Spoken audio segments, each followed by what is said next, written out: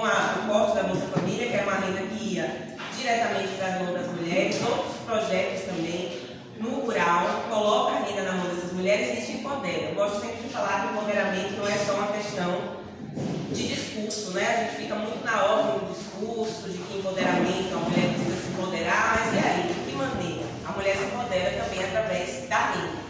Então, a perda de renda é uma das vias pelas quais nós temos essa perda de direitos, que é uma perda naturalizada em um país como o Brasil. A outra via é a institucionalização dos discursos de violência, que nós também temos vivido muito fortemente aqui no nosso país, infelizmente. Como a gente vai ver aqui no documentário que eu vou passar para vocês no final da minha fala. Eu trouxe alguns dos direitos retirados das mulheres nos últimos anos para a gente poder já ficar mais ligado nisso, né? O que é que a gente tem perdido, o que é que a gente está em vias de perder, o que é que a gente ainda pode fazer em relação a isso. Cerca de 17 milhões de mulheres sofreram violência física, psicológica ou sexual no Brasil em 2020, que é o último censo. 17 milhões de mulheres sofreram. E isso sem contar os casos de subnotificação, né? Os casos em que não são denunciados, em que não chegam aos ouvidos do poder público e existem motivos para isso. E aí, a gente, mesmo com todo esse problema de subnotificação, ainda vem um projeto de lei, que é essa PL 2015-38 de 2019, que desobriga os hospitais da rede pública de saúde, do Sistema Único de Saúde, a comunicar à Polícia Militar quando recebem casos de mulheres vítimas de violência doméstica. Então, isso retira do Estado a obrigação dessa comunicação, isso retira do poder público e coloca a cargo da mulher. E aí eu recebo sempre essa pergunta: por que a mulher não pode denunciar? Por que a gente não pode simplesmente, né, como o poder público faz, inclusive muitas vezes, né, o poder público federal, apenas propaganda para que a mulher denuncie? Denuncie a violência doméstica, ligue 180, denuncie. E será que a mulher tem condições de denunciar sempre, gente? Uma mulher em situação de vulnerabilidade, uma mulher em situação de ameaça, ela tem condições de denunciar? Óbvio que não. Uma mulher que é, de repente, dependente financeiramente ou emocionalmente daquele agressor, ela tem condições de denunciar? Não. Então, isso deveria estar também a cargo do Estado, a cargo do poder público, mas, infelizmente, nesse momento não está por conta dessa perda de direito que nós tivemos na PL 2015-38, lá em 2019, que é apenas um dos direitos que temos perdido nesses últimos anos de governo federal. Esse decreto Casa da Mulher Brasileira também foi uma grande perda para as mulheres no Brasil, porque as Casas da Mulher Brasileira são casas de acolhimento para mulheres vítimas de violência doméstica e familiar, né, espaço de acolhimento, de apoio psicológico, apoio jurídico, apoio institucional a essas mulheres, e essas casas não estão mais recebendo repasses, recursos do governo federal, graças a esse decreto que foi baixado, chamado Decreto Casa da Mulher Brasileira. Uma situação também que houve, que já foi remediada, mas eu gosto de trazer, porque eu acho um escárnio tão absoluto, tão absurdo com as mulheres brasileiras, que eu acho que tem que sempre ser lembrado, que é a negativa de absorventes a mulheres em situação de rua, né? Quem pode lembrar disso? Mulheres em extrema vulnerabilidade social, que às vezes não têm onde morar, não tem como estancar, conter seu sangue menstrual e que tiveram negado os seus absorventes. Aí eu pergunto a vocês, quando a gente fala em representatividade política, a gente está falando de ter mulheres no poder? Isso basta? Não. Qual a opinião de vocês? Não basta, não é mesmo? O que é que a gente precisa? De mulheres comprometidas, de fato, com a questão da mulher, mulheres comprometidas com as políticas públicas voltadas para a mulher.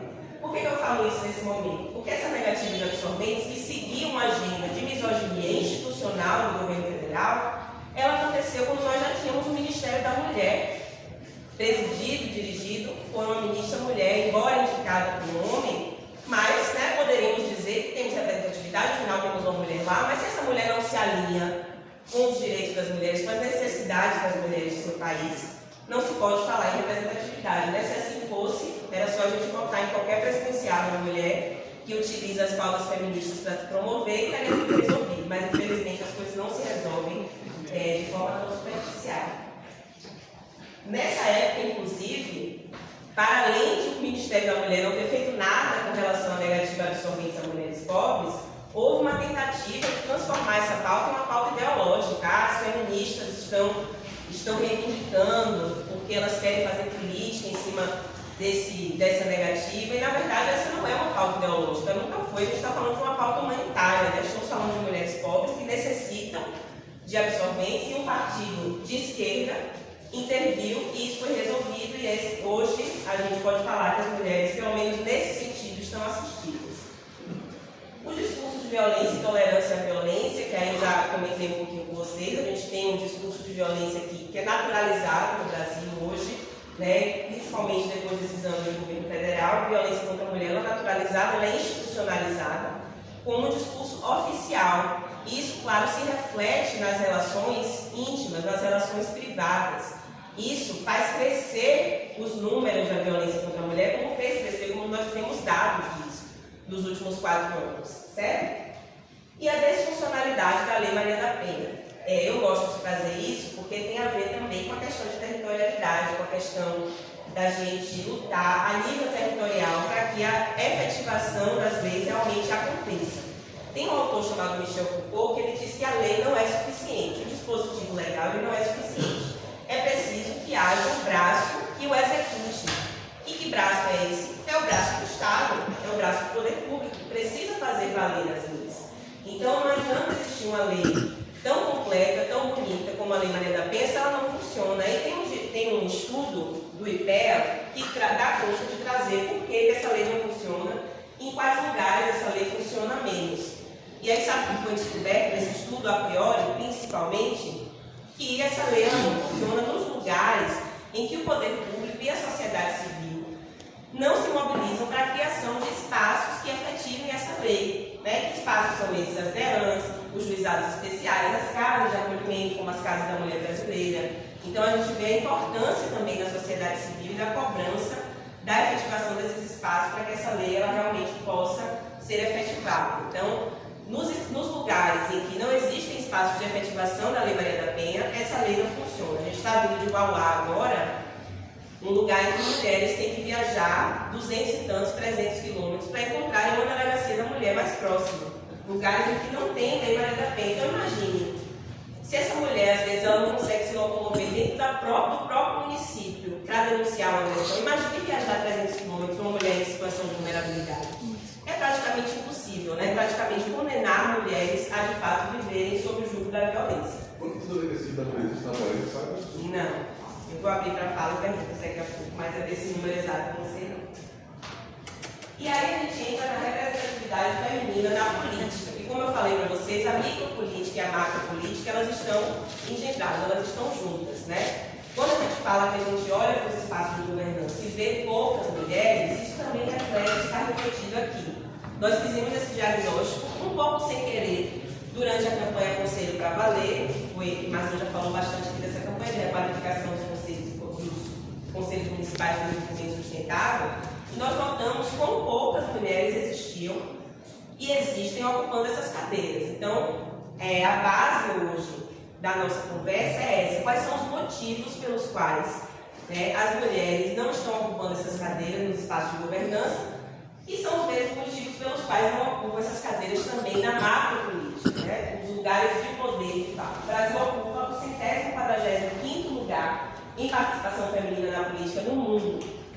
Estamos atrás de países como Afeganistão e Arábia Saudita, que são países com cultura patriarcal muito mais acentuada, né? E mesmo assim nós estamos atrás desses países, porque somos um país latino-americano ainda provinciano, como vamos ver no documentário que eu trouxe para vocês, chamado Eleitas, Violência Política de Gênero. Eu gostaria de ser um documentário pequeno, 17 minutos, eu gostaria muito da atenção de vocês.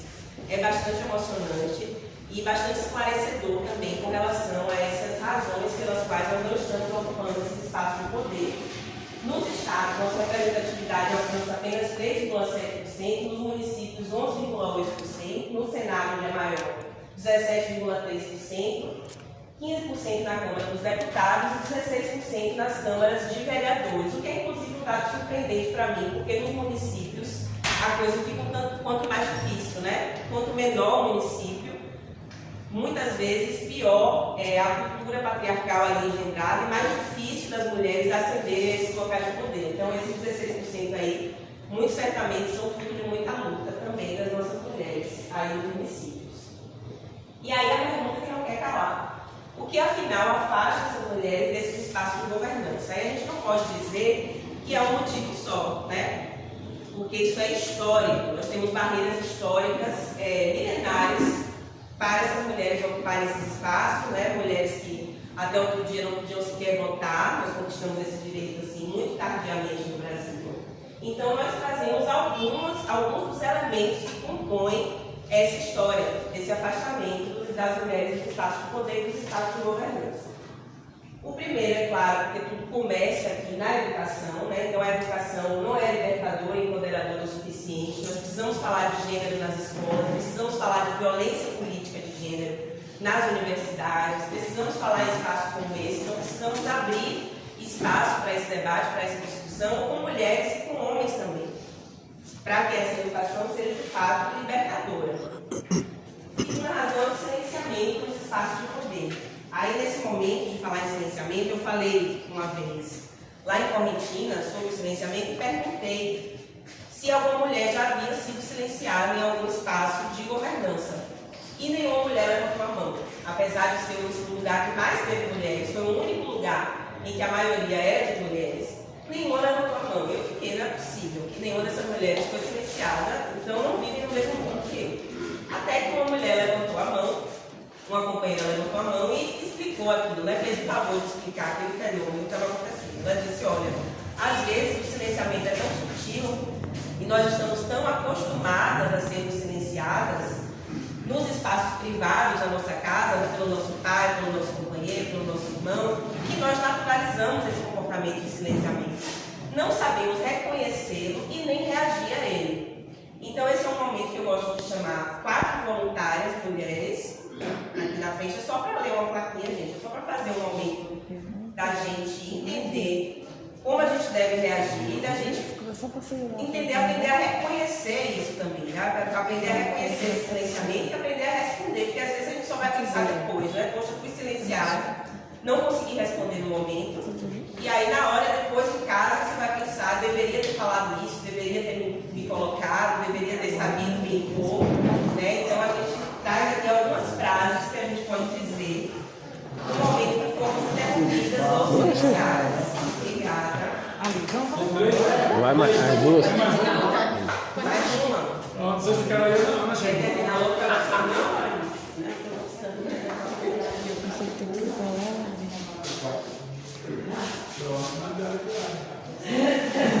Vocês podem ler, por favor? Não serei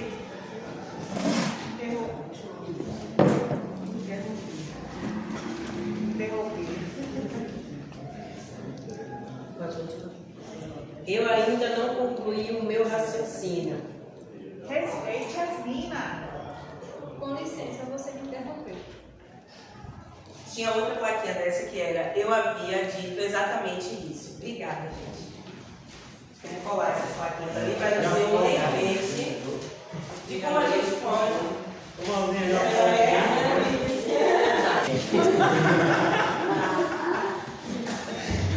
Como eu estava falando, a gente tinha essa outra plaquinha que era: eu havia dito exatamente isso. Porque muitas vezes a gente acaba de expor uma ideia, a gente não é ouvida, é silenciada. E um homem, de má fé ou não, pega a nossa ideia e repete como se fosse dele, e aí sim ele é ouvido, e aquela ideia fica como se fosse dele. A gente vai ver isso também no mini-doc que eu trouxe para vocês assistirem, para a gente assistir juntos. Então, o silenciamento também nesses espaços públicos e privados é uma das razões pelas quais as mulheres não ocupam esses espaços. Porque às vezes a gente tenta ocupar e é silenciado de forma tão violenta que é difícil, né? Em Teixeira de Freitas também houve um depoimento que a gente abre para falas depois do documentário. Eu abri 5 falas, vou pedir inclusive que os homens abram esse espaço mais para as mulheres, porque é um momento da gente também se ouvir, né? E da gente ouvir as mulheres. E nesse momento, lá em Teixeira de Freitas, uma mulher deu um depoimento que para mim foi assustador, assim, que ela foi realmente um homem dentro do partido, dentro da plenária do partido, foi para agredi-la fisicamente, porque ela queria falar. Então é desse nível de silenciamento que a gente está falando em país do Brasil. Um país onde os homens realmente se recusam a disputar esse poder com as mulheres. Outra razão que a gente gosta de trazer é a divisão do trabalho doméstico que segue acontecendo com base no gênero. O que é que isso quer dizer? Que não existe divisão do trabalho doméstico, né? Esse trabalho não é dividido. Ele fica totalmente a cargo da mulher, e essa mulher sobrecarregada, ela não tem condições de ocupar espaço de poder nenhum. Às vezes ela não tem condições nem de cuidar de si, quanto mais de ocupar espaço de poder, ou de ocupar espaço de governança. E quando a gente fala de mulher rural, nos municípios rurais, rurais pelos quais a gente tem passado, isso se agrava ainda mais porque a lida na roça muitas vezes é colocada como mais um trabalho doméstico e fica também a cargo dessa mulher. Essa mulher tem que cuidar dos filhos, tem que administrar uma casa, né? Tem que administrar uma família, tem que administrar uma roça. Tempo ela vai ter para estar no espaço de poder. Lá em Piauí teve uma senhorinha que me perguntou assim, muito espantada. Então isso influi também, sim, com certeza, isso está influenciando no slide anterior, na pouca participação. Porque as mulheres precisam de tempo, precisam de espaço, precisam de empoderamento para estarem nesse espaço de poder e elas não têm esse tempo, né? Nós ajudamos, na verdade, colaboramos com um evento chamado Divisão Justa do Trabalho Doméstico, que aconteceu lá em 2020, foi um evento da ANA, que o DEFOG e o Proximiário apoiaram. E esse evento, ele trouxe de volta esse conceito de economia do cuidado, que foi um conceito cunhado na década de 90 pela primeira vez, mas está sendo trazido de volta agora para explicar que movimenta quanto de dinheiro que esses trabalhos ligados ao cuidado, eles movimentam e por que isso é um tipo de economia, isso faz parte da economia também. Porque esse trabalho que nós fazemos de graça em casa, esse trabalho que é chamado de amor, né, de obrigação doméstica, de amor à família, de dedicação à família, é trabalho também. É trabalho que envolve dinheiro, né, pelo mundo, e que sem esse trabalho, nenhum outro seria possível, porque a família é a base da sociedade e o trabalho doméstico, o trabalho do cuidado, é a base de tudo. Pode passar. E, por fim, a grande razão pela qual, nem países como o Brasil e em outros países da América Latina também, a participação feminina é tão pouco efetiva. Embora exista uma lei hoje, né, a lei dos 30% de mulheres candidatas, isso não é efetivado. Por que isso não é efetivado? Porque existe a violência política de gênero. A gente tem uma lei também que traduz o que é violência política de gênero e quais são as maneiras de enfrentamento a essa violência. É a Lei 14.192 de 2021. Então, no documentário que eu vou passar, vai estar dizendo que só a Colômbia tem uma lei de violência política de gênero. Mas esse documentário é anterior a 2021, por isso ele não computou essa lei. Mas ela já existe no Brasil, embora pouca diferença faça, né? Porque nós continuamos tendo exemplos muito claros ainda de violência política de gênero, que é a agressão física, psicológica, econômica, simbólica ou sexual contra a mulher, com a finalidade de fazer ela tomar decisões políticas contra a sua vontade. Então, quando a gente lê esse conceitozinho aqui, o que é que lembra? Lembra a violência de gênero comum, né? A violência de gênero normalizada. A violência de gênero que acontece nos espaços privados. Então, ambas, essa violência política de gênero e a violência de gênero propriamente dita, que é a violência doméstica ou familiar, elas têm muito em comum. Elas se retroalimentam dentro de um discurso patriarcal e ambas estão também sujeitas a são filhas dessa sociedade patriarcal, dessa cultura patriarcal que a gente vivencia hoje. E qual é o resultado disso? É a subrepresentação das mulheres na política. Aquela mulher que, embora eleita, ela é silenciada, embora eleita, ela não toma decisões, embora eleita, ela está ali como pau-mandado de alguém, como laranja de alguém. Isso acontece muito ainda. Então, isso resulta na subrepresentação. Eu vou abrir para falar rapidinho só terminar. E essa subrepresentação resulta na baixa formulação e execução de políticas públicas para as mulheres. O resultado é todas essas perdas de direitos que a gente vem acompanhando e sofrendo no nosso país.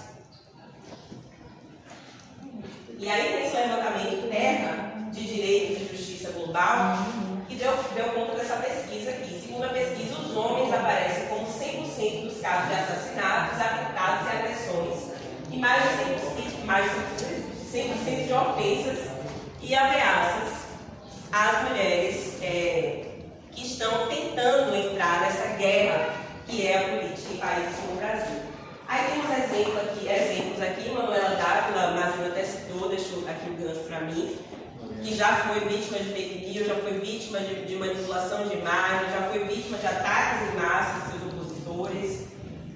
Isa Pena, que foi a deputada que simplesmente foi apalpada na Alesp por um colega de trabalho, né? A pessoa vai trabalhar e é assediada fisicamente dentro de um espaço de poder. Imagine a gravidade disso. Né? Imagine a gravidade da violência política de gênero em um país como o Brasil. Você vai trabalhar, você é uma representante da sociedade e você, enquanto representante, é assediada e apalpada por um colega de trabalho que deveria estar ali também respeitando todos e todas as seus colegas. E Marielle Franco, que foi assassinada, executada num crime político, né? E, inclusive por isso nós trazemos também uma das frases das meninas aqui que seguraram as plaquinhas. É de Marielle Franco, não serei interrompida, ela também vai aparecer no documentário como passado. Não precisa dizer, não? Agora, vamos dar uma olhadinha nesse documentário.